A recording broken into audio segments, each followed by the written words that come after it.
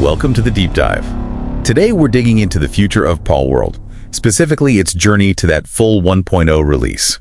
Our mission is simple: cut through the noise and give you the essential facts about how it's getting out of early access, what you really need to know. Yeah, and it's a pretty fascinating transition to watch, isn't it? Especially for a game that just exploded like Palworld did. Moving from early access to 1.0, that's a huge strategic step. It signals a real shift, from just reacting to problems to actually planning long-term content. And let's just get the big date out there right away.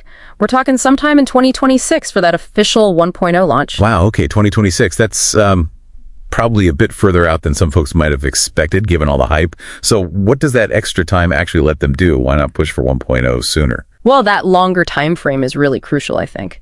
It suggests they're serious about getting the foundations right. We've seen plenty of early access games rush to 1.0 and stumble. Feature creep takes over, stability suffers.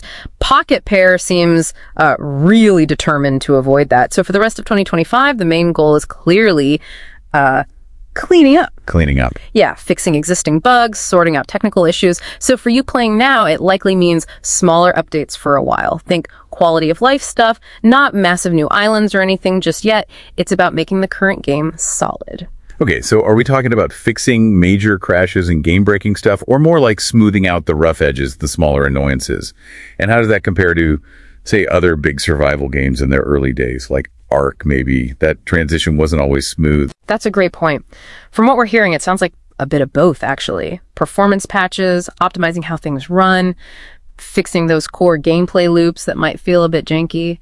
It's about building that stable platform. And yeah, unlike maybe some other titles that prioritize just jamming in new features, Pocketpair seems to be saying, look, a buggy 1.0 can really hurt player trust, even if the game's popular. Yeah. So pausing for stability, it's probably a smart move for Palworld's long-term health. Right. Build the strong foundation before you add the skyscraper on top. Makes sense. But speaking of that skyscraper, the plans for 1.0 sound pretty ambitious. Our sources are talking about a truly massive amount of content. And the big one, the long-awaited World Tree. Ah, yes, the World Tree. That's the headline feature everyone's buzzing about. And it sounds like it's not just, another area on the map. The rumors suggest something much more dynamic. Maybe different levels, new kinds of pals found only there. Maybe even totally new ways to play the game. It could fundamentally change how you explore the world. Putting that front and center for 1.0, that's a big statement about their vision for where Palworld goes next. The World Tree. Finally. Maybe we'll get to see what's behind those invisible walls everyone keeps trying to glitch past. Yeah. And look, for all of us waiting for news, they have said they'll give us sneak peeks and keep an open dialogue. Right. But, we've heard developers promise open dialogue before. What makes you think this time it's, legit and not just marketing talk? That's always a fair question. Promises are easy. But I think the context matters here. Palworld blew up during early access, right? Its community is massive, already deeply invested, and very vocal.